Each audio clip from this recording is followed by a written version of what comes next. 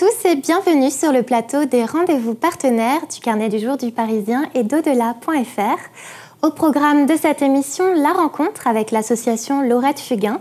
Fondée en 2002, cette association œuvre depuis toutes ces années pour soutenir la recherche médicale et trouver des remèdes contre les leucémies et les cancers du sang, mais également sensibiliser la population aux dons de vie. Elle soutient également les patients et leurs familles au quotidien dans le parcours de soins.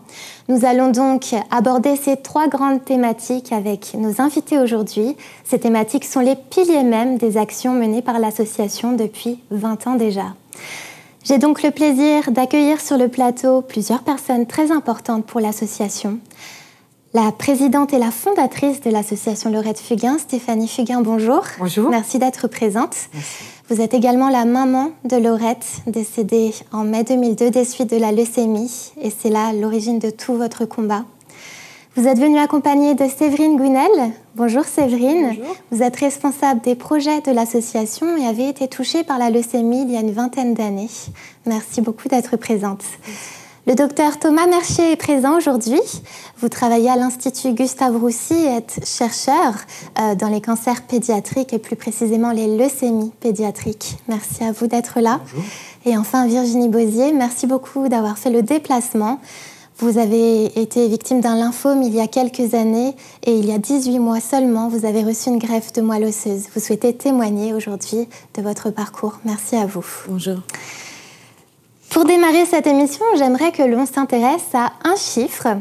10 000, c'est le nombre moyen de leucémies découvert au sein de la population française chaque année. Et pour guérir, les patients ont parfois besoin de dons de vie. Ce sont des dons de sang, de plaquettes ou de moelle osseuse, effectués du vivant des donneurs. Stéphanie, lorsque Laurette était hospitalisée, elle s'étonnait toujours un peu plus du manque de ces dons de vie. Et cette première question vous est donc adressée, puisqu'elle vous a posé elle-même une question un jour. Elle vous a demandé « Maman, est-ce que tu penses que les gens dehors savent qu'on a besoin d'eux ?» Alors des années plus tard, est-ce que vous pensez que les gens savent qu'on a besoin d'eux aujourd'hui? Alors, effectivement, il y a 20 ans, les gens ne savaient pas trop. Et cette question posée par Laurette m'a un petit peu glacée, parce que ça faisait déjà quelques jours que nous étions à l'hôpital. Enfin plus quelques semaines même, et que durant ces semaines, on me disait toujours « il n'y a pas de plaquettes ». Je découvrais les plaquettes alors que nous étions une famille de donneurs de sang. Je ne connaissais pas l'importance des plaquettes et j'étais stupéfaite chaque jour quand on me disait « il n'y a pas de plaquettes », enfin quand on disait à Laurette « il n'y a pas de plaquettes, mais peut-être il y en aura demain ».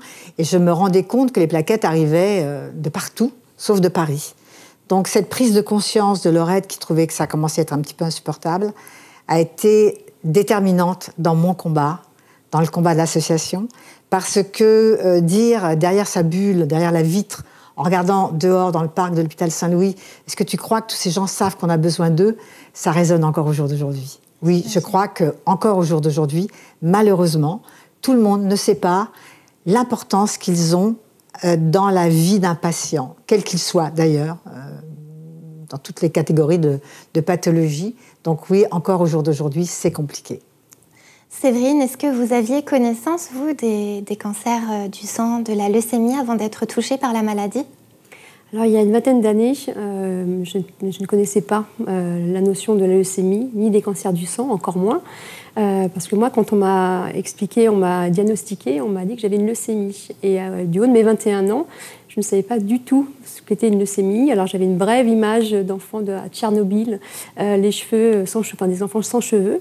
Mais je ne savais pas ce que c'était vraiment qu'une leucémie. Et c'est par la suite que j'ai compris que c'était un cancer du sang et de la moelle osseuse. D'accord. Et vous, Virginie, vous aviez connaissance de la maladie avant? Absolument pas. Non, quand on m'a annoncé que j'avais un lymphome, je ne connaissais absolument pas ce terme. Alors j'aurais plus reconnu si on m'avait dit que j'avais une leucémie, parce qu'on va dire que c'est une maladie un peu plus connue, mais non, je n'avais pas connaissance du lymphome. Est-ce que de votre côté, durant le parcours de soins que vous avez eu, vous aviez aussi ce sentiment de manque vis-à-vis potentiellement des dons de vie? Est-ce que c'est quelque chose qui revenait souvent en vous, ce sentiment? Pas forcément. Moi, j'ai été transfusée à plusieurs reprises. Je sais qu'une fois, c'était un petit peu tendu pour que je reçoive des plaquettes. L'infirmière a dû mentir en disant que voilà, j'étais en train de saigner un petit peu de la bouche pour que ça aille un petit peu plus vite pour que je passe en priorité. Non, j'ai pas ressenti ce manque vraiment. Et vous, Séverine? Il y a 20 ans, moi, j'ai senti davantage parce que on devait me transfuser effectivement en sang. Et on attendait justement, on avait le culot de sang, mais on n'a pas les plaquettes qui accompagnaient en fait cette transfusion, parce que les deux sont indissociables. Donc ce qu'il faut comprendre, c'est que on fait un don de sang, c'est bien, donc on a un donneur, et derrière ça, il y a un autre donneur qui allait donner ses plaquettes. Et du coup, les deux sont indissociables quand on atteint d'une leucémie, parce que si on est transfusé en sang et sans plaquettes, on fait des hémorragies tout simplement. Donc les plaquettes sont là justement pour stopper les hémorragies, pour éviter les hémorragies. Donc il est essentiel d'avoir non seulement un culot de sang, mais aussi son culot de plaquettes pour permettre au patient de poursuivre son combat. Docteur, peut-être que vous pouvez nous éclairer sur un point. Quelle est la différence entre un don de sang et un don de plaquettes? Alors le don de sang, vous devez être assez familier, et la plupart des personnes sont assez familières. On peut en faire dans de grands nombres d'endroits, dans des camions qui circulent. On prélève une poche de sang. En ce qui concerne les plaquettes, on est obligé de filtrer les plaquettes et de réinjecter ce qui reste. Et donc, ça prend plus de temps. Et c'est quelque chose pour lequel, effectivement, le public est beaucoup moins familier de façon évidente. Quand on parle de don de sang, je pense que ça parle à la plupart des personnes, alors que les dons de plaquettes, je pense que très peu de personnes savent encore de quoi ils retournent et qu'est-ce qu'il faut faire. Alors justement, Stéphanie, comment faire aujourd'hui pour sensibiliser les gens au don de vie? Alors, on a décidé, nous, dans notre combat, d'ailleurs, ça a été la première des missions proposée par l'association, c'est en retour sur les derniers moments de vie de Laurette, je voulais qu'on lui donne des plaquettes parce qu'elle saignait beaucoup. Et j'entendais dire, il n'y en a pas. En fait, sous-entendu, parce que maintenant je le sais mieux, sous-entendu, on les garde pour ceux qui en ont besoin pour vivre. Donc Laurette était déjà dans la partie du petit ange qui partait, et je ne comprenais pas. Donc plaquette, c'est le premier mot que j'ai eu envie de faire savoir, de par les médias, la chance que j'ai eue de pouvoir avoir accès aux médias rapidement. Et je m'apercevais que tout le monde découvrait les plaquettes. Donc on a essayé de communiquer en s'amusant avec les plaquettes, c'est-à-dire dire comment faire retenir ce terme important. Il ne faut pas oublier aussi qu'on se sortait du don du sang contaminé. Donc tout le monde avait déserté, et c'était Roselyne Bachelot un jour qui me disait le ministère de la Santé sent encore ce drame qui a existé. Comment réhabituer les gens à aller faire un don de sang, déjà, c'était compliqué, et leur faire découvrir ce don de plaquettes. Donc nous, on a communiqué de façon toujours très facile, claire. J'avais organisé des grandes marches avec l'association pour drainer beaucoup de gens de la vie, de la rue, et leur faire entendre en fait tous ces messages de patients qui venaient marcher avec nous, d'artistes qui se sont mobilisés beaucoup. Donc on faisait des concerts pour que ce mot plaquette soit inscrit dans la tête des gens. Donc petit à petit, je dois même dire avec fierté qu'un jour j'étais dans un endroit où je n'étais pas invitée, mais j'y étais quand même, et j'entendais donc les résultats du centre EFS, Établissement français du sang, qui disaient qu'ils avaient eu une augmentation vertigineuse de donneurs de plaquettes et que le don du sang n'était pas encore remonté. Donc j'étais très fière. Et rapidement on s'est dit, si on veut que les gens l'inscrivent, parce qu'après, nous, on avait accès aux personnes qui, évidemment, allaient s'inscrire, nous poser des questions dans la rue et ailleurs. Et je leur disais combien c'était indispensable qu'on devait l'inscrire dans sa vie au quotidien. Mais je me suis aperçue que de façon récurrente, on allait faire des actions dans des écoles, dans des entreprises, sur des projets que nous montions, que quand on avait eu des gens qui avaient fait un jour un don et qu'on leur demandait si l'année d'après, ils avaient continué, ils disaient... ah non, mais j'ai pas eu le temps, mais je vais le refaire. C'est-à-dire que c'est pas rentré dans les mœurs, c'est pas systématique. Et encore au jour d'aujourd'hui, ce n'est pas systématique. C'est très difficile dans notre société d'inscrire quelqu'un dans la continuité parce que la vie va vite, parce que il y a toujours quelque chose qui vous empêche de prendre un rendez-vous avec l'établissement français du sang. Et c'est ici qu'on doit le prendre. C'est pas simple d'inscrire quelque chose dans son quotidien. Voilà, c'est ce qu'on essaie de faire 20 ans après, avec les étudiants, avec les entreprises, avec toutes les personnes qu'on rencontre. Et puis, voilà, très gentiment, les gens que je peux croiser dans ma vie me reposent la question et je leur dis, c'est le moment d'y retourner, justement. Parce que c'est toujours à flux tendu. Quand je dis à flux tendu, il y a eu le Covid, il y a eu toutes ces interdictions de bouger et c'est compliqué. Il faut vraiment ne jamais oublier que dans une vie, et quand on est étudiant et quand on est jeune, etc., parce qu'après il y a une limite d'âge, on peut le faire, on doit le faire. C'est la même chose que de se dire je rencontre mes copains pour aller prendre un pot. Voilà, c'est ce que je dis. Justement, docteur, Stéphanie nous l'a bien dit, c'est difficile d'instaurer cette habitude d'aller donner son sang, donner ses plaquettes au quotidien. Le don de moelle osseuse est aussi victime d'idées reçues et ça peut freiner les gens, les Français, à donner, justement. La première chose que l'on pourrait peut-être expliquer, c'est la différence entre la moelle osseuse et la moelle épinière. Alors effectivement, souvent, quand on a une anxiété, c'est parce qu'on ne sait pas très bien de quoi on parle. Et donc, la moelle osseuse, ce sont les cellules qui sont à l'intérieur des os et qui sont à l'origine des cellules du sang. Toutes les cellules du sang qui sont composées d'un grand nombre de cellules différentes, dont les plaquettes, dont les globules rouges, dont les lymphocytes, par exemple. Et la moelle épinière est constituée de cellules nerveuses dans la colonne vertébrale. La moelle osseuse est un organe où les cellules se régénèrent très très rapidement. En fait, en quelques jours, on génère les cellules du sang et on régénère les cellules qui sont à l'origine des cellules du sang. Alors que dans la moelle épinière, les cellules se régénèrent très très peu, voire pas. Donc en fait, c'est ça qu'il faut comprendre, c'est que les dons de moelle osseuse, d'un point de vue biologique, il est assez facile d'en faire régulièrement. Il n'y a rien qui s'oppose à des dons de moelle osseuse au niveau biologique, de façon même régulière. D'accord. Alors je pense que vous avez rassuré bon nombre de personnes qui pourraient hésiter à donner leur moelle osseuse, puisque c'était là l'objet de mon deuxième point. Effectivement, beaucoup de personnes pensent qu'on ne peut donner sa moelle osseuse qu'une seule fois. Donc vous venez justement de nous expliquer le contraire. En effet, on peut la donner plusieurs fois et les cellules se régénèrent en quelques jours, quelques semaines. Et donc, si on fait plusieurs dons d'une année sur l'autre, c'est possible. Et ça n'empêche pas de faire des dons par la suite à des gens qui sont proches de vous, même si vous faites un don anonyme, comme ça a été le cas pour vous. On peut faire des dons anonymes et ensuite, si on est ressollicité, faire des dons à des apparentés qui nous sont chers. J'aimerais juste rajouter, si je puis me permettre. Alors, en France, en tout cas, je pense que c'est pour l'Europe, on est limité par des règles qui sont assez drastiques, mais je pense qu'il y a une raison. Alors, on peut faire dans la fratrie plusieurs fois un don de moelle osseuse. On peut reprélever en tout cas des cellules.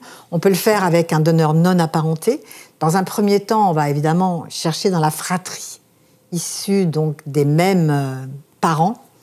Et après, on parlera probablement de toutes ces possibilités qu'on a maintenant de pouvoir faire autrement. Donc, c'est assez compliqué parce que quand on veut chercher un donneur de moelle osseuse pour un patient, dans un premier temps, on recherche un donneur compatible. Bien sûr. Donc, dans la fratrie, s'il y a deux ou trois frères et sœurs, on va tester ces enfants. Mes 2 autres enfants ont été testés pour leur être. Et ni ma fille ni mon fils étaient compatibles. Donc à partir de ce moment-là, on va chercher sur un fichier international sur lequel justement des donneurs ont eu conscience de l'importance de leurs dons. Donc c'est comme il y a été dit là il y a quelques instants, c'est très rare puisque les gens ont peur, confondant la moelle épinière et la moelle osseuse, ne savent pas du tout comment ça fonctionne. Donc il faut leur expliquer. Moi, j'ai toujours envie de rassurer en disant, quand on a un donneur dans la fratrie, par exemple, un frère ou une sœur, eh bien, le frère ou la sœur peut avoir 2 ans, 3 ans, 4 ans, un bébé. Et pour avoir interviewé des frères et sœurs qui avaient donné pour leur aîné, eh bien, les enfants disent bon, moi j'ai un petit peu mal là, mais c'est rien, comme si j'avais pris un coup sur un coin de table. Donc c'est important de le dire parce que ça aussi, ça rassure les gens de dire que la moelle osseuse, oui, c'est une autre étape dans le don. Un don de sang, c'est une petite demi-heure. Un don de plaquettes sanguines, c'est 45 minutes, 1 heure, selon si les veines sont épaisses ou pas épaisses. Et le don de moelle osseuse, ça se pratique de façon extrêmement différente. C'est-à-dire, c'est un prélèvement, c'est très organisé en amont, à la fois pour le patient qui va le recevoir, comme pour le donneur. Le donneur doit toujours être en sécurité. C'est la raison pour laquelle, chez nous en France, je sais qu'aux États-Unis, pour en avoir rencontré, des donneurs ont donné plusieurs fois à des patients différents. En France, les règles sont un peu différentes. Mais je sais que la donneuse de Lorette, qui n'était pas de la fratrie, qui était une Allemande, parce que c'est aussi là qu'on découvre le plus grand nombre de donneurs, a fait son don. La greffe avait pris. Puis après, c'était très compliqué parce que Lorette avait une leucémie très, très agressive avec très peu de chances de réussite. Je sais que la donneuse a redonné des cellules par la suite pour aider Lorette à surmonter encore cette greffe.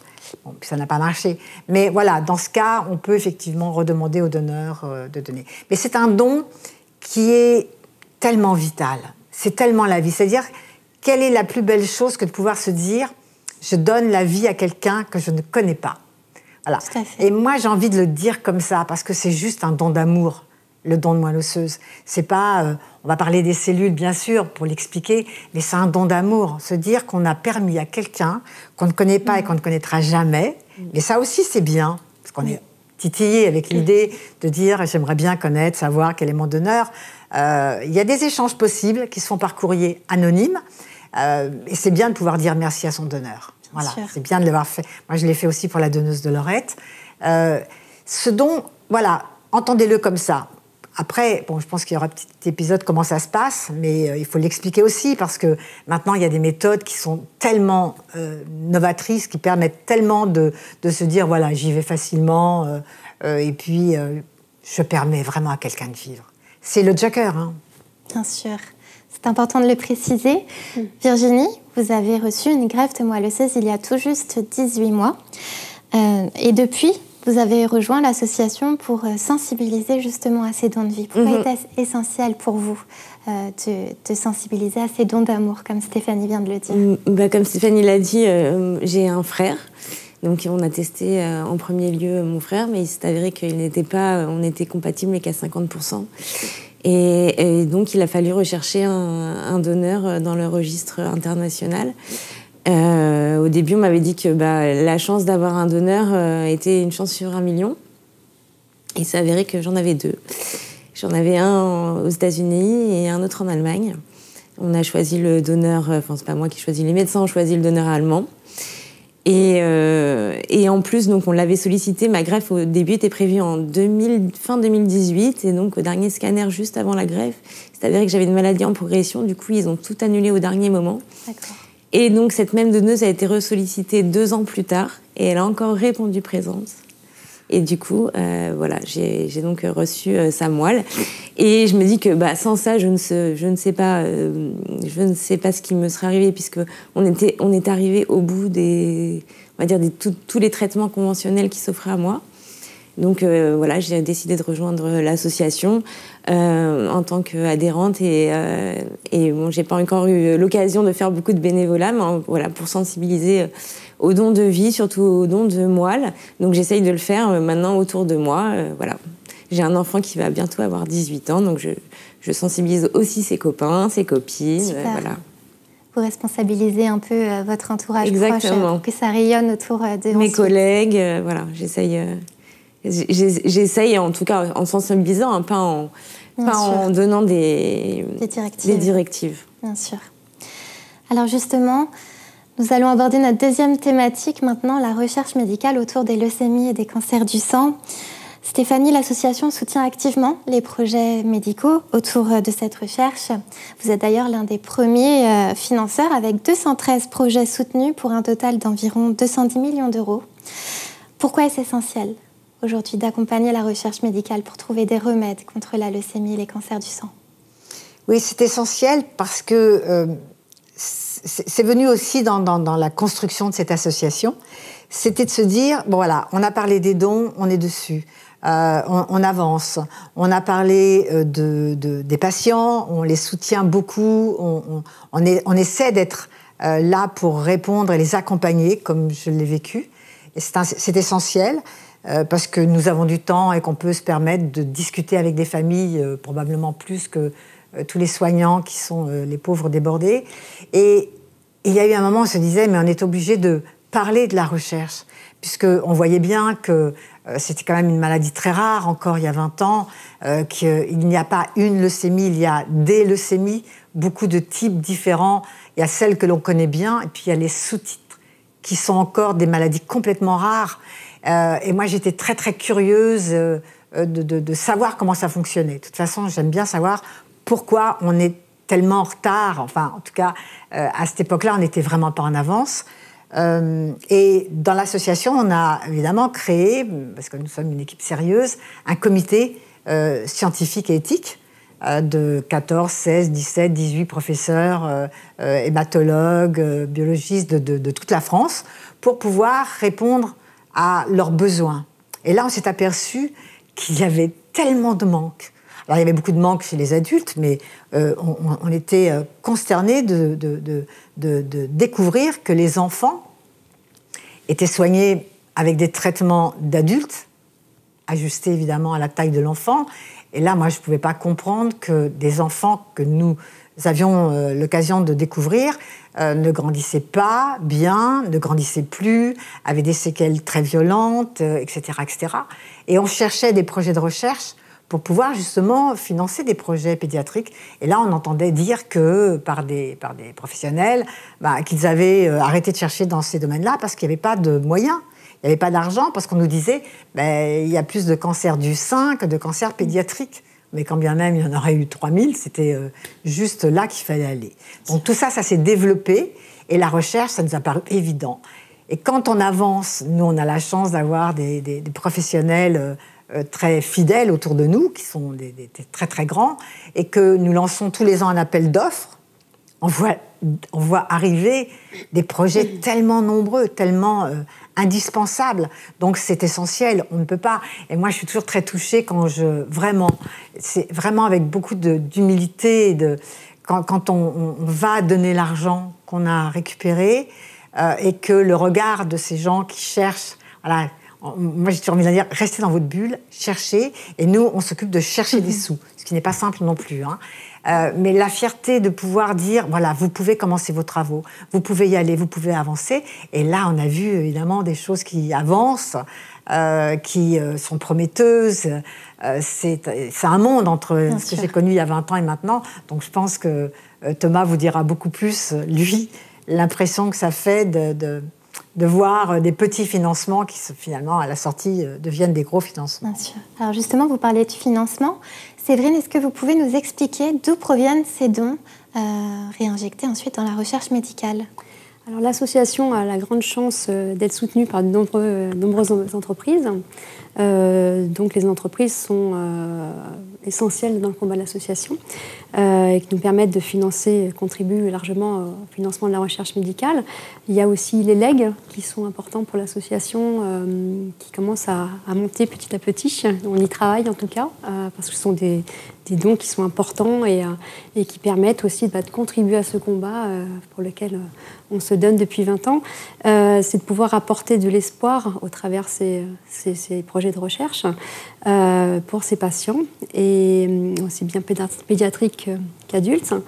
Et également, on a la chance d'avoir des écoles qui nous soutiennent aussi, des établissements scolaires, des entreprises, des projets de l'association qui permettent aussi de collecter des fonds, et des projets qui sont portés par des tierces structures qui nous permettent de collecter des fonds aussi.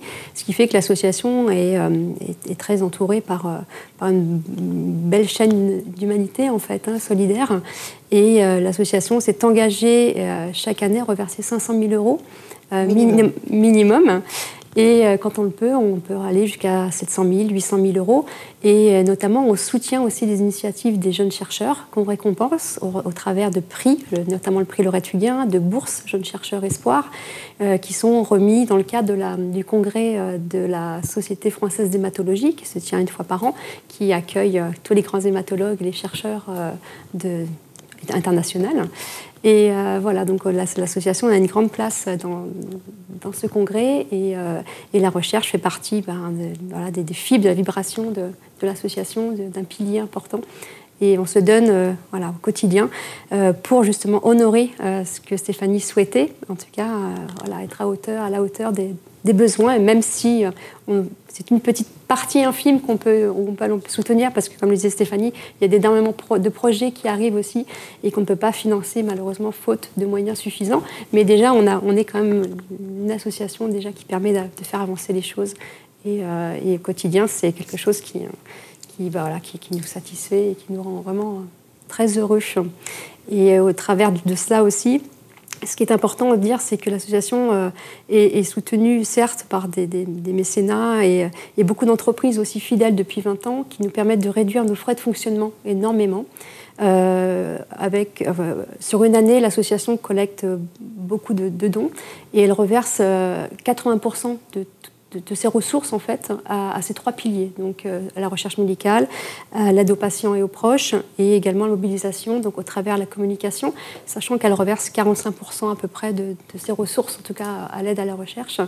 Et ce qui est très fort pour l'association, c'est d'avoir beaucoup de gratuité aussi. Donc c'est-à-dire que l'association s'est donné une ligne de conduite, c'est-à-dire qu'un don reste un don et on va l'affecter au maximum à nos projets, à l'aide aux patients, à développer en fait nos missions principalement. Et voilà, et c'est Stéphanie qui nous a inculqué ce devoir, de ce devoir de donner au maximum à ceux qui en ont besoin. Et donc l'association n'a pas de locaux, on n'a pas de voiture de fonction, on réduit au maximum nos frais de fonctionnement. Et quand on fait des communications, des campagnes de communication ou autres événements, on va aller chercher de la gratuité et on a ce grand bonheur d'avoir des réponses positives et d'être soutenu et d'être accompagné.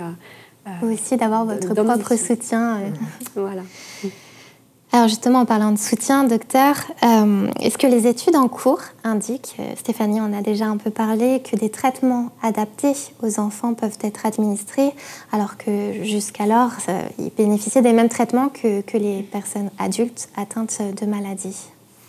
Oui, alors effectivement, c'est des choses, comme l'a dit Stéphanie, beaucoup des traitements qui ont été utilisés jusqu'à présent ont été à partir de molécules qui sont développées chez les adultes et qui sont ensuite adaptées pour les traitements des enfants. Et en fait, on sait depuis un certain temps, mais les études s'accumulent, que les enfants ne sont pas de petits adultes, en fait. Et qu'il y a un grand nombre de spécificités qui nécessitent d'être prises en considération. Souvent, par exemple, les leucémies peuvent se diagnostiquer chez des enfants de moins d'1 an. Et on sait que les altérations qui sont retrouvées dans les cellules leucémiques surviennent au cours du développement, au cours de la grossesse. Et au cours de la grossesse, il y a des organes qui sont en cours de développement, où les cellules prolifèrent beaucoup, alors que chez l'adulte, c'est des choses qui sont beaucoup moins vues, et l'immunité est aussi différente. Donc en fait, tout ça fait qu'il faut adapter les traitements. On le sait, la difficulté, c'est de trouver les spécificités des cancers de l'enfant, et la différence entre, pour réduire les toxicités, parce qu'en fait, un des problèmes des traitements, c'est la toxicité, le fait que, parfois on perd ses cheveux, parfois on a des problèmes de fertilité sur le long terme qui sont très problématiques. Donc en fait, on a besoin de réduire cette toxicité. Et jusqu'à présent, les traitements, de façon assez schématique, ciblaient toutes les cellules qui prolifèrent qui prolifèrent. Et en fait, dans les cellules qui prolifèrent dans un organisme, il y a les cellules tumorales, certes, mais il y a aussi beaucoup de cellules normales. Et il faut arriver, avec des traitements nouveaux, à faire la distinction entre les deux pour éviter les problèmes de toxicité. Donc en fait, il y a des avancées qui se font depuis une vingtaine d'années, même plus. En fait, il y a eu des améliorations déjà des traitements de chimiothérapie conventionnelle, ce qui permet d'ajuster les dosages pour réduire la toxicité. Il y a eu des avancées sur les méthodes de greffe. On a parlé de la greffe. En fait, la greffe, c'est dans une moelle osseuse chez un patient leucémique, il y a des cellules anormales qui possèdent des mutations. Et la greffe de moelle a pour objectif d'éradiquer toutes ces cellules et de la remplacer par une moelle normale, saine, qui va permettre de reconstituer toutes les cellules sanguines et de vivre. Et ça, c'est un autre aspect. La greffe est extrêmement importante dans les traitements des leucémies. Et il y a d'autres traitements innovants qui se mettent en place. Un traitement, par exemple, dont vous avez peut-être entendu parler, c'est certains traitements d'immunothérapie qui se développent, qu'on appelle un sous-type d'immunothérapie qui s'appelle les CAR-T. En fait, on prend les cellules immunitaires du patient lui-même. C'est une thérapie qui est très spécifique du patient, parce qu'on prend ces lymphocytes T, ces cellules immunitaires, qu'on modifie dans les laboratoires pour qu'elles soient capables de mieux reconnaître et mieux se débarrasser des cellules leucémiques. Cellules leucémiques ou cellules tumorales, d'autres types de cancers d'ailleurs. C'est l'objectif général. Et il y a une dizaine d'années, on était absolument incapable de dire si ces approches fonctionneraient. Il y a eu des tests qui ont été faits. Et une des premières patientes qui a bénéficié de ce traitement, c'est une patiente américaine qui avait 6 ans, qui était atteinte d'une leucémie très agressive après traitement conventionnel, qui ne répondait pas au traitement, qui n'était pas éligible à la greffe de moelle. Donc c'était très difficile de proposer des alternatives.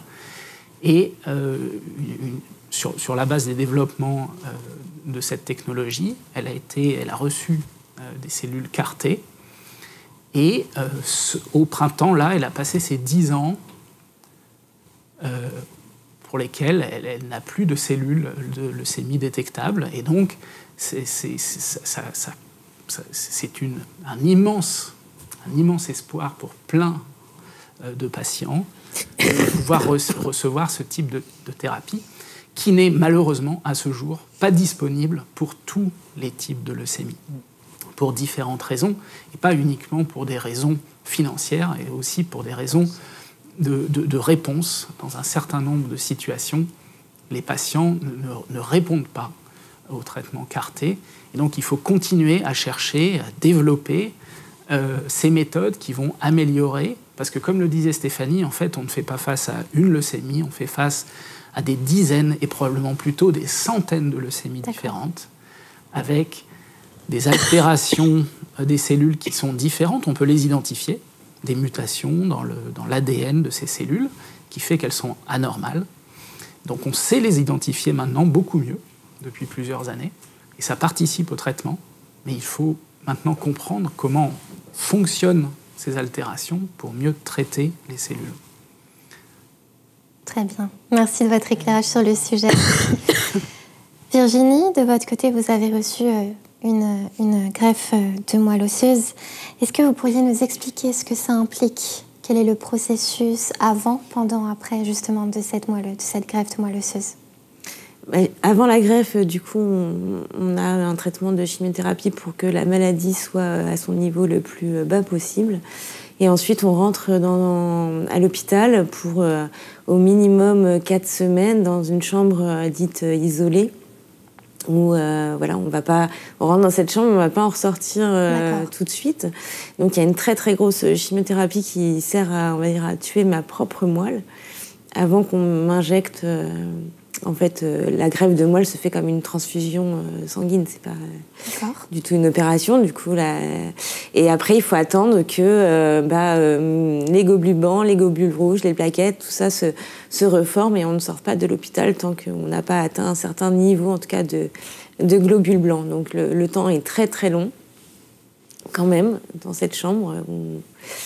À part la télé et on va dire nos occupations, nos petits loisirs, on a un manque cruel de concentration. Donc moi qui aime lire, j'ai pas pu lire 3 pages d'un livre par exemple.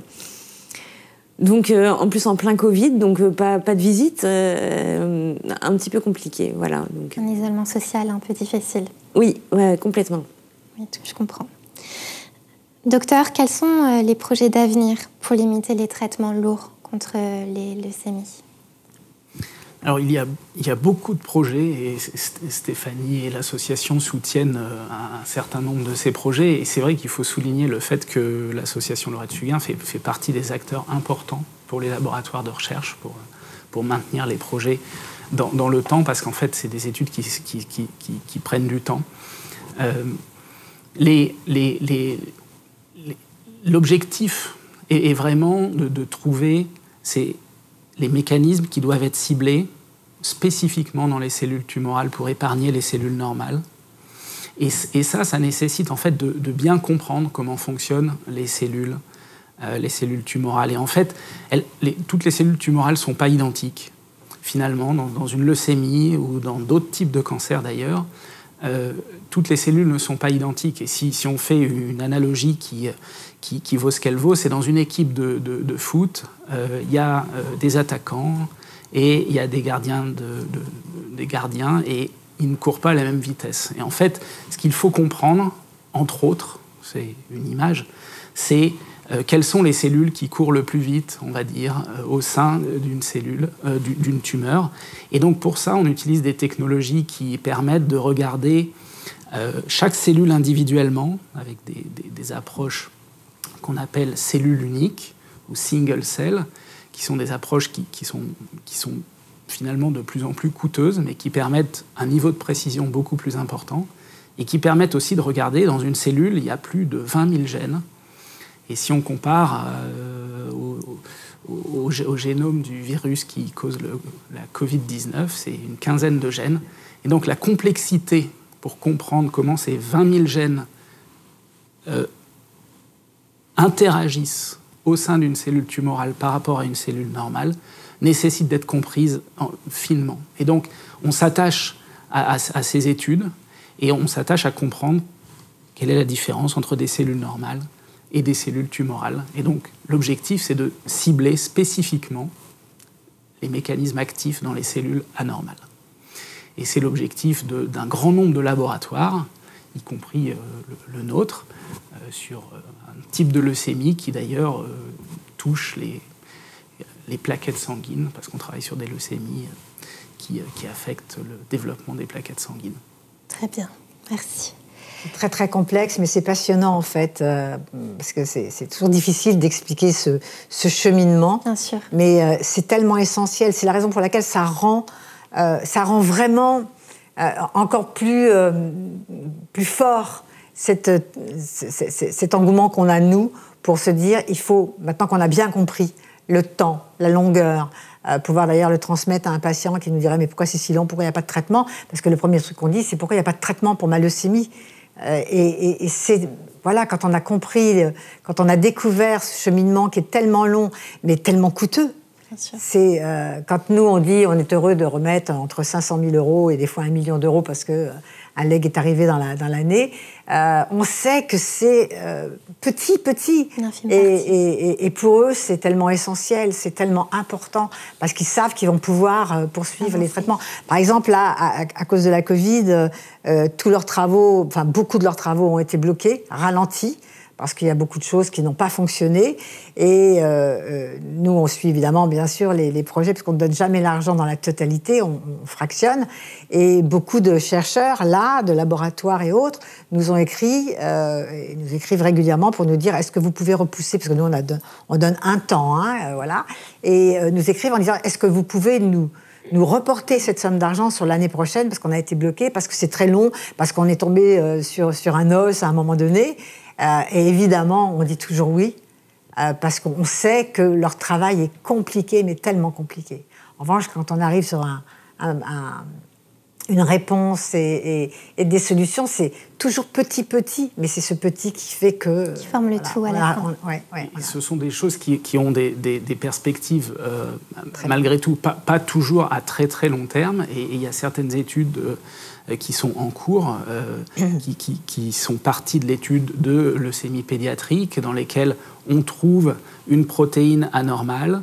Et les travaux d'une équipe américaine, entre autres, parmi d'autres, ont permis de comprendre comment cette protéine se lie de façon anormale à l'ADN et module la cellule. Et des inhibiteurs en cours de développement clinique actuellement sont là pour cibler cette interaction anormale et sont testés actuellement chez les patients. Donc c'est des choses qui, même si on n'a pas les résultats actuellement, sont en cours de tests et sont basées sur ces analyses de mécanismes précis. Et si je peux me permettre de rajouter quelque chose, c'est vrai que c'est important de dire, vous savez, souvent les gens nous disent, ben voilà, je vais faire un don, je voudrais l'affecter à ça, par exemple. Et on avait beaucoup de difficultés à faire entendre aux gens, au départ, que c'était important de soutenir la recherche. Et on a mis quelques années à trouver le mot juste pour dire, vous savez, avant que le Doliprane ou le cachet d'aspirine existe, ça a mis des années avant. Et ben, c'est la même chose. Si on ne donne pas des moyens à la recherche, parce que pour les donateurs, souvent, c'est oui, mais je ne le verrai jamais arriver. Mais si, vous allez le voir. Peut-être que vous ne le verrez pas arriver, mais peut-être que votre descendance le verra arriver parce qu'ils seront touchés un jour et qu'ils auront, grâce à cette ténacité des chercheurs, permis d'avoir un traitement. Donc moi, je le dis, je le redis, même si vous avez l'impression de ne pas voir ce que fait le chercheur, faites-nous confiance. Nous, on sait, parce qu'on est avec eux depuis 20 ans et qu'on sait le travail que ça représente. Vous savez, ils sont très silencieux. Hein. Ils sont dans le laboratoire. Moi, j'ai eu la chance, on a eu la chance d'y pénétrer dans cette grand-messe. C'est impressionnant. Et moi, j'avais eu un jour, c'était la première fois que je voyais une cellule dans un microscope, et le chercheur me dit, ben, venez voir. Et moi, je lui dis, mais c'est où? Et il me dit, là, le petit truc, là, ça fait 10 ans ou 15 ans qu'on est dessus, et on vient de trouver quelque chose. Et ça m'a 10 ans, 15 ans sur ce petit truc-là. Ben oui, c'est ça. Donc la recherche, c'est ça, c'est essentiel. Et il faut vraiment que les citoyens qui nous écoutent, qui nous regardent, comprennent que c'est souvent là qu'il faut mettre et que l'argent ne sera jamais gaspillé. Parce que d'abord, on a une méthode de travail qui va éviter de toute façon le gaspillage, mais c'est long, sauf qu'un jour, il y aura le traitement. Vous soutenez activement la recherche médicale, on l'a vu, mais pas seulement, puisque l'association Laurette Fugain aide particulièrement les patients, avec plus de 20 000 heures de bénévolat à son actif, et vous avez 6 antennes en France et dans les dom-toms. On comprend donc l'importance du soutien aux patients, mais aussi à leur famille. C'est ce qui vous tient particulièrement à cœur au quotidien. Séverine, vous avez rejoint l'association après votre combat contre la maladie il y a une vingtaine d'années. Et en quoi était-ce essentiel pour vous d'agir pour cette cause après? Alors, je crois qu'en tant que patiente en rémission et qui a mené un combat difficile, je pense que c'était important pour moi de pouvoir transmettre un petit peu l'espoir aussi. Et j'étais sur une voie professionnelle tout à fait différente et orientée bancaire. Et je ne me reconnaissais plus. En fait, moi, quand je suis tombée malade, je revenais justement d'un entretien de cette banque à l'étranger et qui m'accueillait bras ouverts. Et quand je suis revenue de cet entretien, on m'a diagnostiqué 3 semaines après ma leucémie, donc malheureusement, je n'ai pas pu partir. Et à la suite de ça, je me suis battue au bout de 6 mois, donc les traitements, consolidation, moments difficiles, etc. Et en fait, je m'en suis sortie. Et au bout de 6 mois, je me suis dit, qu'est-ce que je vais faire de ma vie maintenant ? Et puis, j'avais ce projet professionnel qui m'attendait.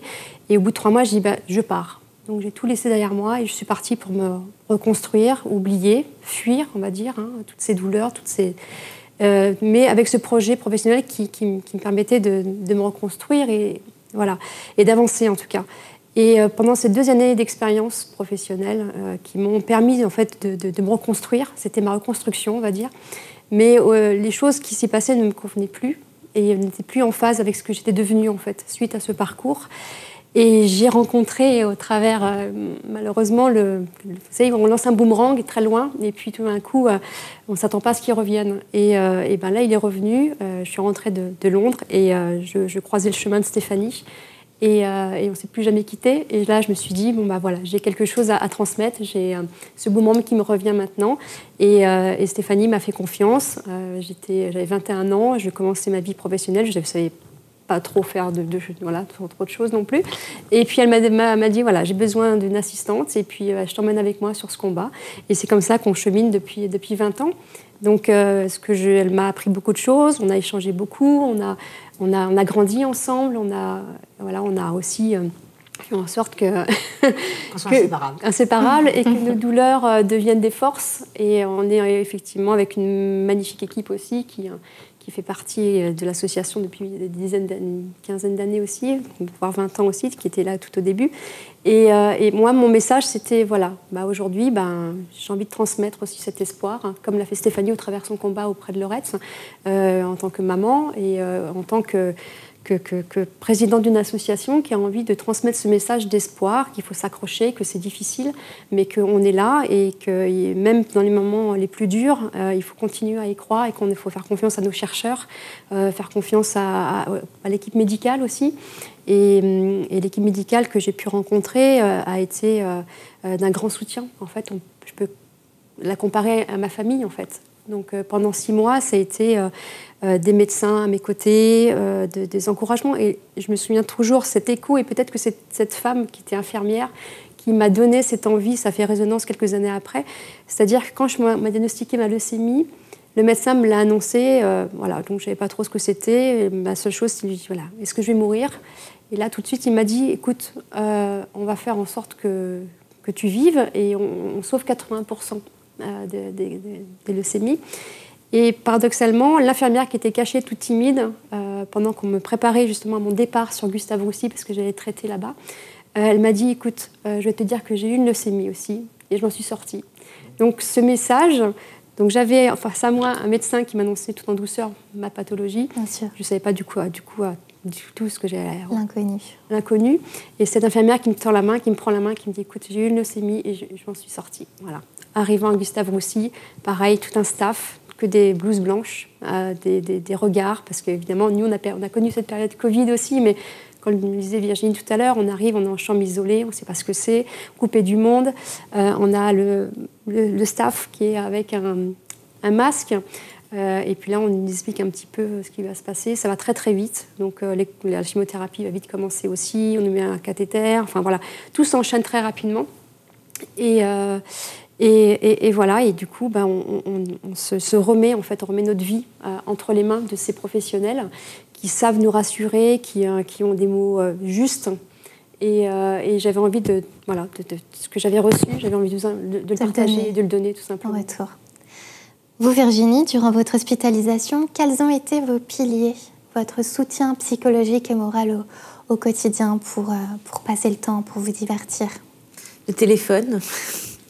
Mon téléphone, voilà, j'ai passé beaucoup d'appels, la télé, et mes amis m'avaient offert un ukulélé. Du coup, je sais toujours pas en jouer, hein, mais je grattais ce ukulélé comme ça me détendait.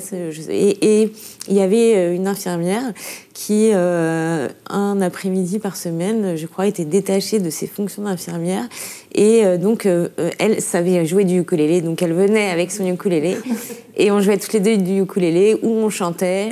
Et du coup, oui, ça m'a détendue. Enfin, c'était une autre approche de l'infirmière. Elle venait pas pour des soins, mais du coup, elle venait pour... On papotait, on chantait, elle m'avait imprimé des feuilles, comment il fallait que je place mes doigts sur le ukulélé.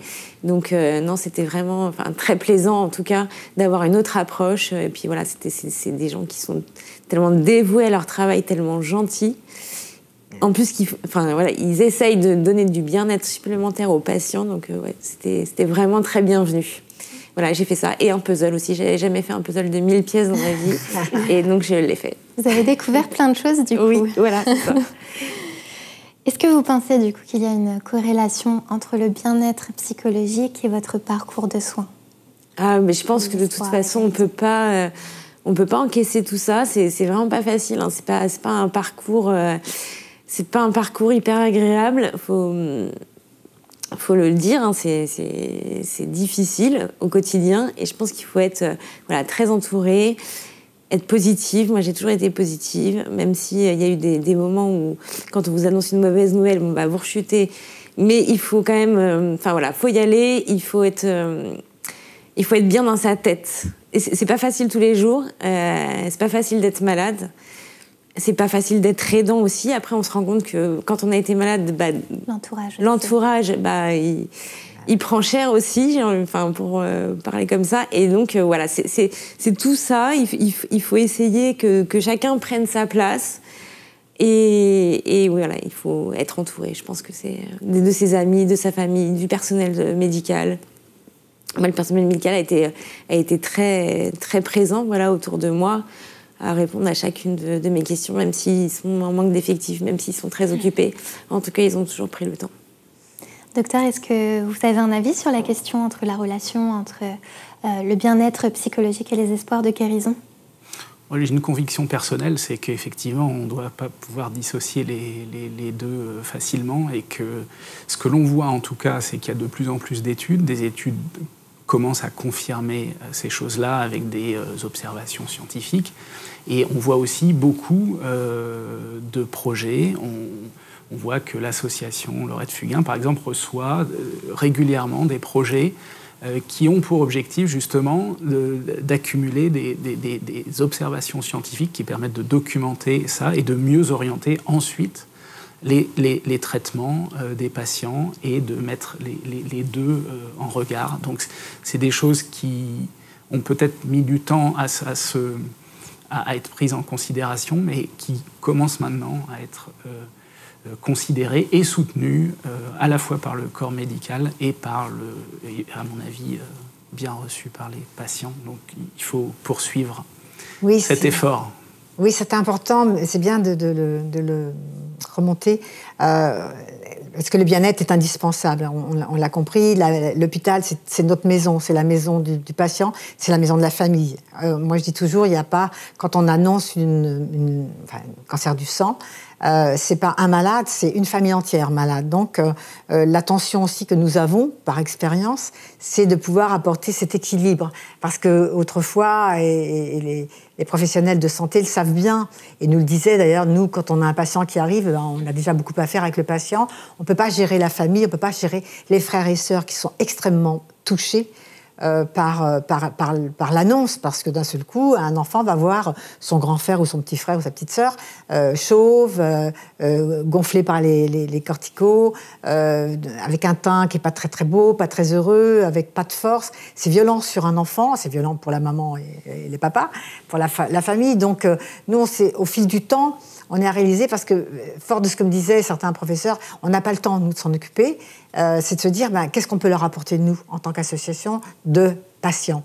C'est tout ça, c'est leur apporter un équilibre. On a aussi soulevé et développé le sport à l'hôpital, le mouvement, je dirais, parce que le patient, quand il est malade, le sport, il n'a pas très envie, mais on a facilité ça pour essayer de faire rentrer le sport à l'hôpital. Et même chez un patient qui vient d'être greffé, simplement l'obliger à bouger un bras, une jambe, lui montrer qu'il a cette capacité, ça va provoquer forcément un meilleur équilibre. Parce que de bouger, il n'y a rien à faire, on le redira sans cesse, et bouger, ça fait du bien à la tête, ça fait du bien au cerveau. Moi, je disais toujours à Laurette, parce que je ne sais pas pourquoi j'avais inventé ça, si tu bouges, si tu fais du vélo dans la chambre, il y avait un vélo, si tu fais du vélo, ça va faire remonter tes plaquettes, tu vas en avoir plein.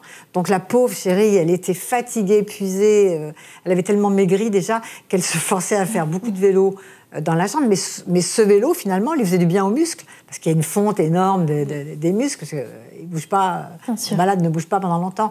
Donc tout ce qu'on peut apporter de bien-être, on apporte par les projets des soins de support, c'est-à-dire de l'esthétique, des massages, rendre le patient ou la patiente beau et bien dans sa tête, parce que quand on est bien dans sa tête, on est mieux pour aborder le reste. Et puis surtout, l'équipe soignante, c'est une vraie famille, quoi. Ils sont fantastiques. C'est plus que fantastique. Moi, je suis toujours impressionnée par l'engagement. quand le malade a besoin de parler, l'infirmière ne part pas, quoi. Elle reste là jusqu'à ce que le malade ait exprimé tout son ressenti. Donc tout ça, c'est important. Tous ces soins de support sont importants et on a beaucoup de plaisir à en apporter, à en développer. Et même pouvoir transmettre aux soignants ce que nous avons ressenti, qui n'aura peut-être pas été pris complètement en compte. Donc c'est une vraie équipe, c'est indissociable. L'association, le patient, les soignants, et on travaille que comme ça, on est une grande famille depuis 20 ans. Mais c'est indissociable, on apprend beaucoup de tous. Séverine, vous n'êtes pas venue seule, vous êtes venue accompagnée d'un robot. Tout à fait. Qui aide considérablement les enfants hospitalisés, justement. Est-ce que vous pourriez nous le présenter, s'il vous plaît? Exactement. Alors, je vous présente AV2, qui est un petit robot de téléprésence. L'association, comme le disait Stéphanie, porte une attention toute particulière, en tout cas, au soutien aux patients et aux proches.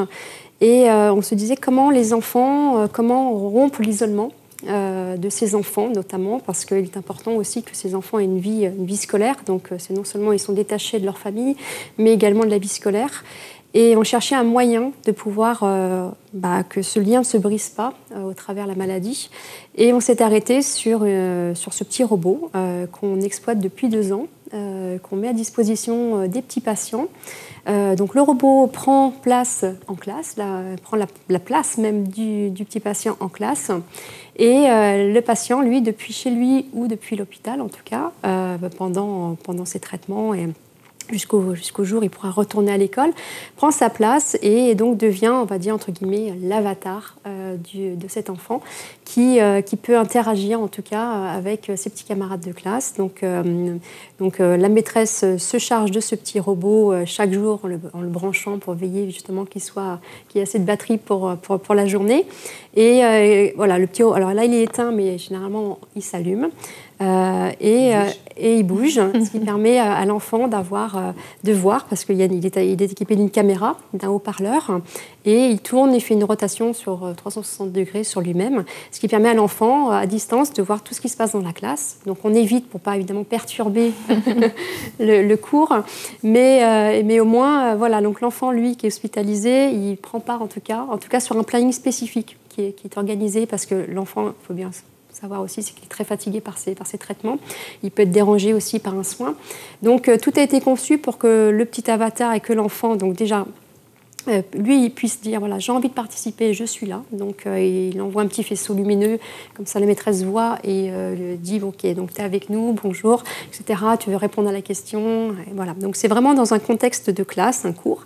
Et après le cours, les camarades de classe peuvent aussi prévoir 10 minutes, un quart d'heure sur le temps de la récréation pour passer du temps avec le petit camarade qui est hospitalisé, qui est derrière le robot. Et ce qui est très important à dire, c'est que l'enfant patient donc, voit ses petits camarades, mais la maîtresse et les camarades de classe ne le voient pas.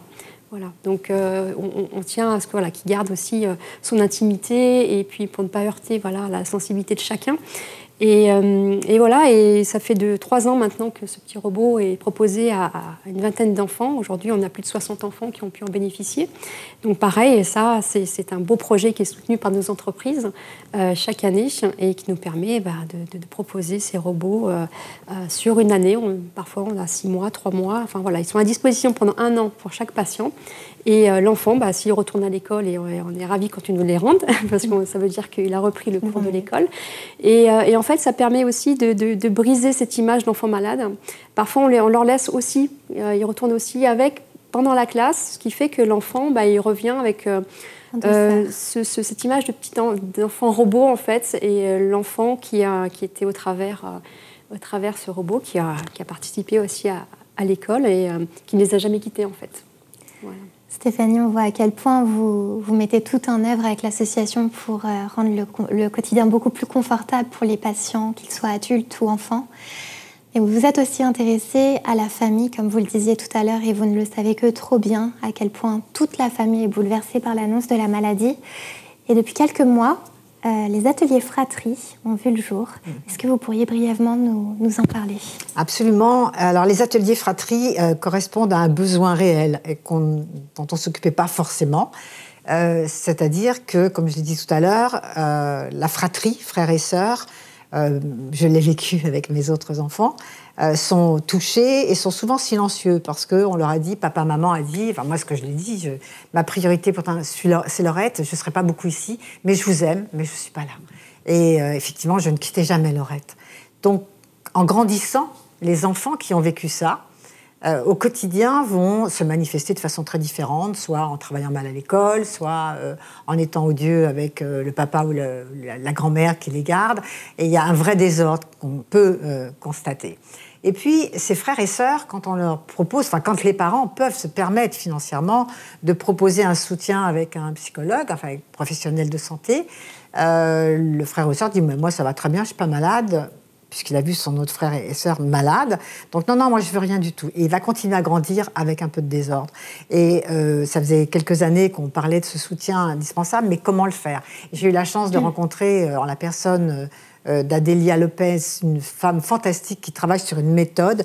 Nous ne sommes pas médecins, on n'est pas psychologues, on a tout ça, mais on a trouvé une méthode qui permet de regrouper des enfants donc dans les mêmes tranches d'âge, de les réunir et de les animer, de les faire parler avec des méthodes très précises qui, justement, vont nous permettre cette espèce d'évolution pour que ces enfants reprennent confiance en eux, qu'ils se resituent au centre de leur personnalité, qu'ils ne se sentent pas responsables parce qu'ils se sont rendus responsables. Est-ce que mon frère, ma sœur est malade parce qu'on ne s'aimait pas et qu'on se chamaillait tout le temps? Est-ce que autant de questions qui sont restées sans réponse. Pour leur éviter de grandir avec ça, avec ce que j'ai vécu moi, avec mon propre fils, qui un jour, 5 ans après, 6 ans après, arrive un beau matin et me dit, comme ça, d'entrée, je m'en voudrais toute ma vie de ne pas avoir sauvé ma sœur, parce qu'il n'était pas compatible avec sa sœur. Et ça m'avait tellement bouleversée d'entendre ça, que là même, je n'ai pas eu de mots pour lui répondre, parce que je n'étais pas armée du tout. Et je me suis dit, c'est fou ça quand même. Il a entretenu ça pendant toutes ces années, il ne le disait pas. Ma fille aînée, qui était pourtant adulte, la grande sœur de Laurette, c'est pareil, elle a traîné aussi un mal-être, des choses qui ne sont pas sorties, qui ont mis des années avant de sortir. Donc je crois que c'est indispensable. Et là, on a inauguré avec 10 enfants, il y a quelques mois, un premier atelier, c'était génial, vraiment. On a aussi beaucoup questionné les parents. Les enfants se sont complètement révélés. Les parents nous ont dit, mais c'est le jour et la nuit. Donc on avait des enfants qui avaient leur frère ou leur sœur encore en cours de maladie, une autre petite fille qui avait perdu son petit frère, et c'était très très douloureux. Et puis d'autres enfants avec d'autres problématiques, d'autres vécus, d'autres histoires. Et ça a été unanime. C'est-à-dire qu'on a vraiment vu les enfants, au fil du temps, s'épanouir, se retrouver eux, comprendre qu'ils n'étaient pas responsables dans la maladie de l'enfant, et surtout jouer, parce qu'on a instauré des jeux de rôle, R-O-L-E, ce qui fait qu'il y a, en plus, il y a l'autre enfant qui a aussi quelque chose. Il y a l'autre enfant qui a quelque chose. Je ne suis donc pas seule. Voilà. Donc on développe ça, on a les partenaires, et là on va attaquer notre prochaine rentrée en octobre. Donc si des parents sont confrontés à ce problème, si l'enfant a vécu une maladie chez papa ou maman, ou un frère ou une sœur, ils sont les bienvenus, tous les renseignements sont sur le site. Très bien. Est-ce qu'ils peuvent participer aux ateliers, que la maladie ait frappé leur vie il y a longtemps ou... Oui, absolument. Mais bien sûr. Et puis, les parents nous ont fait des demandes. Ils ont envie aussi de participer, eux, en tant que parents, parce que, vous savez, malheureusement, dans les familles, dans les couples, il y a 4 couples sur 5 qui explosent et on ne s'y attend pas du tout. Ça, du jour au lendemain, d'un seul coup, il n'y a plus rien qui va. Parce qu'il faut le dire et le redire, la souffrance, elle est unique. La souffrance que je pouvais avoir n'était pas la souffrance de mon mari, qui n'est pas la souffrance de ma fille, de mon fils et de ses grands-parents. Donc celle-ci, vous ne pouvez pas l'expliquer. Vous vous dites, zut, il me saoule, lui. Ou lui doit se dire, elle me saoule avec ses photos et ses manies d'aller voir dans la chambre ce qui se passe. Mais c'est tellement personnel. Oui. Et on doit le dire, c'est normal. On ne peut pas critiquer, on ne peut pas juger. Il faut laisser ça, et par contre, il faut l'accompagner. Voilà. Il faut être présent. Et ça, les professionnels peuvent le faire, les psychiatres, évidemment, mais les enfants n'ont pas envie d'aller voir un psychiatre. Ceux qui n'ont pas été touchés par la maladie n'ont pas envie. Il n'y a que vraiment quand le parent peut le faire, d'abord financièrement, ou insiste en disant je ne peux plus rien en faire, c'est pas possible. Mais moi, j'ai eu le cas avec une maman qui disait je ne peux plus rien en faire de mes 2 fils, là, c'est plus possible. La petite sœur était malade, j'arrive pas à bout, je suis avec ma fille, je peux pas gérer les 2 grands. Le papa travaillait beaucoup en déplacement, et on a eu les deux garçons, et ça a été magnifique, quoi. Magnifique. Un vrai changement. Et on réalise à quel point Ces enfants sont d'une sensibilité, d'une intelligence. Chaque parcours a été fantastique. Et on était très fiers et très heureux de pouvoir initier ça aussi. J'imagine à quel point c'est aussi un enrichissement personnel que de recueillir tous ces témoignages. Ouais.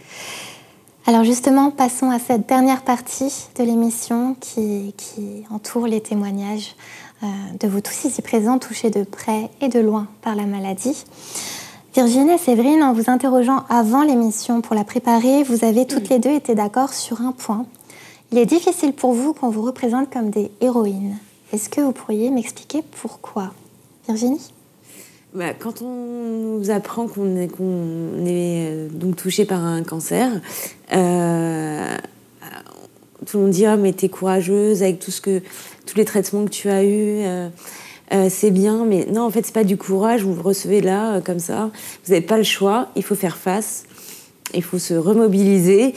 Et pour moi, c'est pas du courage, on n'est pas des héros. Je pense qu'on fait au jour le jour, avec chacun avec sa sensibilité, mais en tout cas, moi j'appelle pas ça. Pour moi, c'est pas du courage. On fait face à ce qu'on n'attendait pas. Voilà, c'est soudain, on l'a pas choisi, on n'a rien fait pour. Mais bon, c'est là, il faut faire avec, et il faut y aller.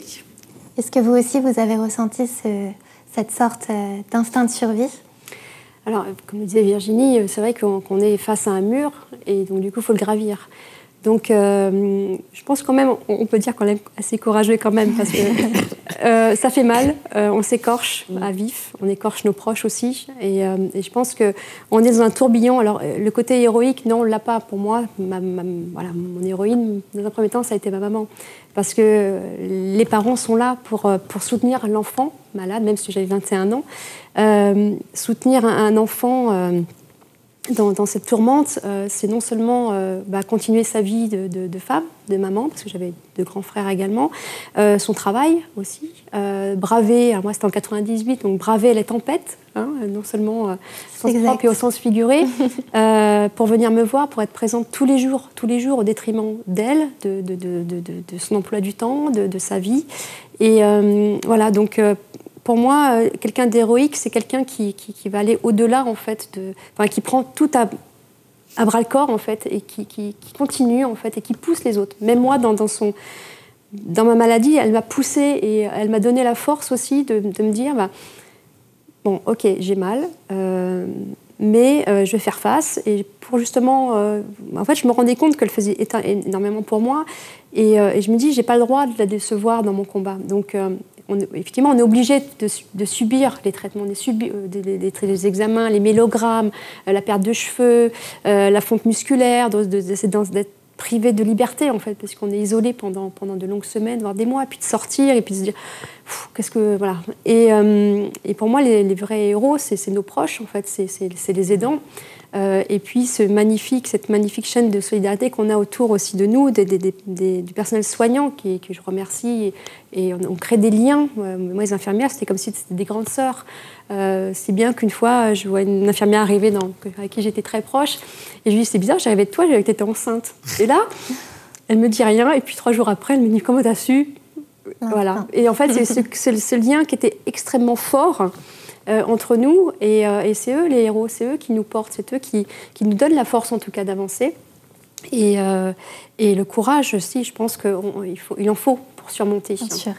Et dans ces services, ce qui était incroyable, c'est que même si j'étais dans un service d'adultes, il y a une petite fille qui était là, et puis d'à côté il y avait un monsieur on l'appelait le râleur, et puis à côté c'est la petite fille très espiègle qui prenait les seringues, qui arrosait les infirmières, etc. Donc c'est aussi ça, en fait, la vie à l'hôpital. Ce qu'il ne faut pas oublier, c'est que même si c'est dur, même si on est isolé, même si on est dans un contexte difficile, on est dans un service de vie encore.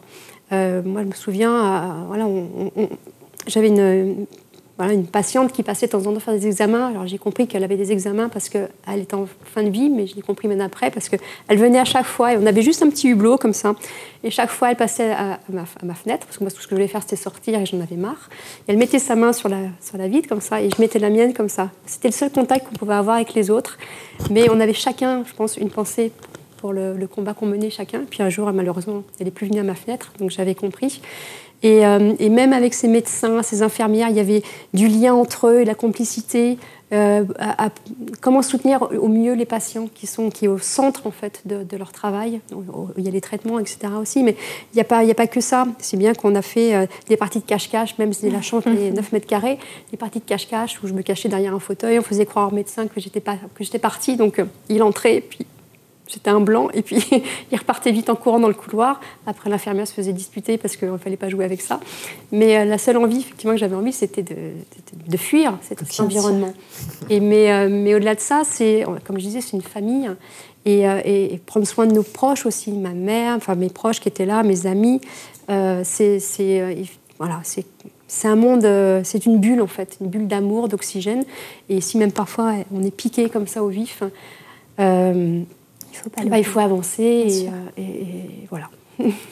Autre héros dans ce parcours, docteur, vous êtes spécialisé dans les cancers pédiatriques, dans la recherche à ce sujet.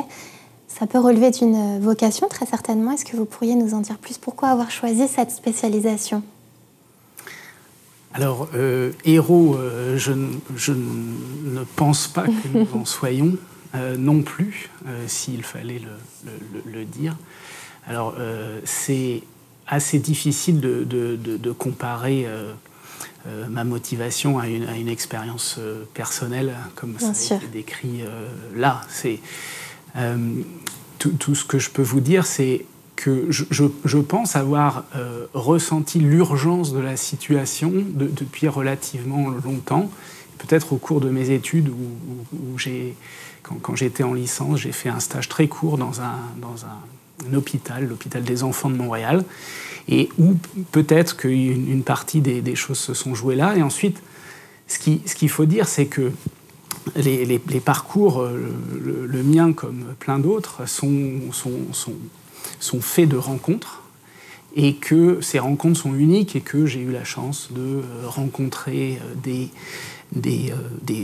professeurs, des gens qui m'ont appris des choses pendant mes études, qui étaient absolument exceptionnels, et qui pour certains, travaillaient sur les cancers de l'enfant. Et ensuite, on rencontre aussi des cliniciens au fur et à mesure, des cliniciens que l'on sait soigner absolument merveilleusement les enfants, mais qui aussi régulièrement nous disent comment ils se trouvent démunis devant l'absence de réponse à certains traitements. Et comme on est en contact, donc je ne suis pas médecin, par contre nos recherches font que nous sommes très fréquemment en contact avec les médecins, et donc on sent cette urgence, et donc on la transmet dans les laboratoires, dans les équipes, et ça c'est une vraie motivation. D'un point de vue vraiment motivation scientifique, la difficulté pour moi, c'est de voir cette opposition entre une apparente simplicité, j'espère que vous comprendrez mes mots, de l'apparence des cancers de l'enfant, c'est-à-dire qu'en fait, quand on l'analyse génétiquement, c'est beaucoup moins complexe qu'un cancer de l'adulte. Souvent, il y a beaucoup moins de mutations, mais par contre, ils sont toujours associés à pour certains, pour beaucoup, à une très grande agressivité. Et ce contraste est quelque chose qui, personnellement, me motive au quotidien, qui nécessite d'être soutenu aussi, et j'ai eu la chance d'être soutenu par ma famille tout au long de ce parcours, parce que c'est quand même souvent semé de doutes sur nos capacités à identifier justement ce dont je vous parlais, c'est-à-dire le mécanisme qui va faire la différence. Mais voilà, c'est à la fois des doutes, mais c'est ce qui nous pousse. Et une des choses qui est vraiment importante, c'est aussi, au-delà de ce que nous faisons dans nos équipes, qui est très important individuellement dans nos équipes, c'est la capacité, et ce que l'on met en place tout le temps, c'est les interactions avec les autres laboratoires français, européens, internationaux. Et c'est des choses qui sont menées de front par plusieurs équipes, et il y a beaucoup d'échanges, beaucoup de collaborations. beaucoup d'entraide pour essayer de mettre en commun des forces qu'individuellement on aurait du mal à avoir si on travaillait dans son coin. Donc ce rassemblement de réflexion, de travail est aussi quelque chose qui est motivant parce que on voit que malgré la relative rareté des leucémies de l'enfant, et heureusement qu'elles sont relativement rares, mais malgré ça, il y a un grand nombre d'équipes de recherche qui travaillent ensemble dans un même objectif, et c'est l'objet d'ailleurs de consortiums français, de consortiums européens, et dont nous faisons partie, et c'est aussi cette partie-là qui est vraiment motivante. On comprend par vos témoignages à quel point il est essentiel d'être entouré, à quel point chaque personne est une force dans le combat, quel qu'il soit. Dernière question de cette émission, elle est adressée à vous, Stéphanie. Nous avons évidemment une pensée sincère pour votre fille Laurette, à qui nous pensons aujourd'hui, car elle est présente à sa manière sur le plateau à travers les photos qui comptent énormément pour vous. Vous disiez d'elle qu'elle était sur Terre pour changer les choses, et elle l'a fait.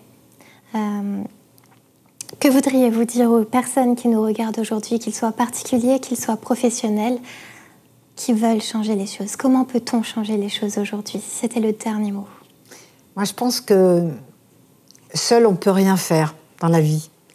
Peu importe l'univers vers lequel on ira. Mais dans celui-ci, dans ce contexte, seul, on ne peut rien faire. Et je crois qu'au travers de tous les témoignages et tout ce qui s'est dit là aujourd'hui, on sent bien qu'on a eu même à cœur de constituer des équipes à l'hôpital, dans le service, avec les patients. Ensuite, j'entendais beaucoup de gens qui me disaient « mais tu ne vas jamais t'en sortir, c'est toujours avec des gens qui meurent ».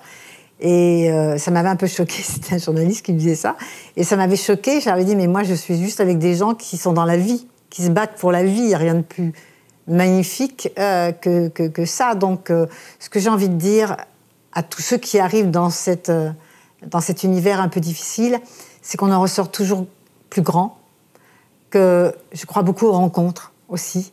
On ne fait rien seul, et ce sont toutes ces rencontres qui vont nous faire grandir. J'ai bifurqué complètement ma vie, s'est complètement transformée du jour au lendemain.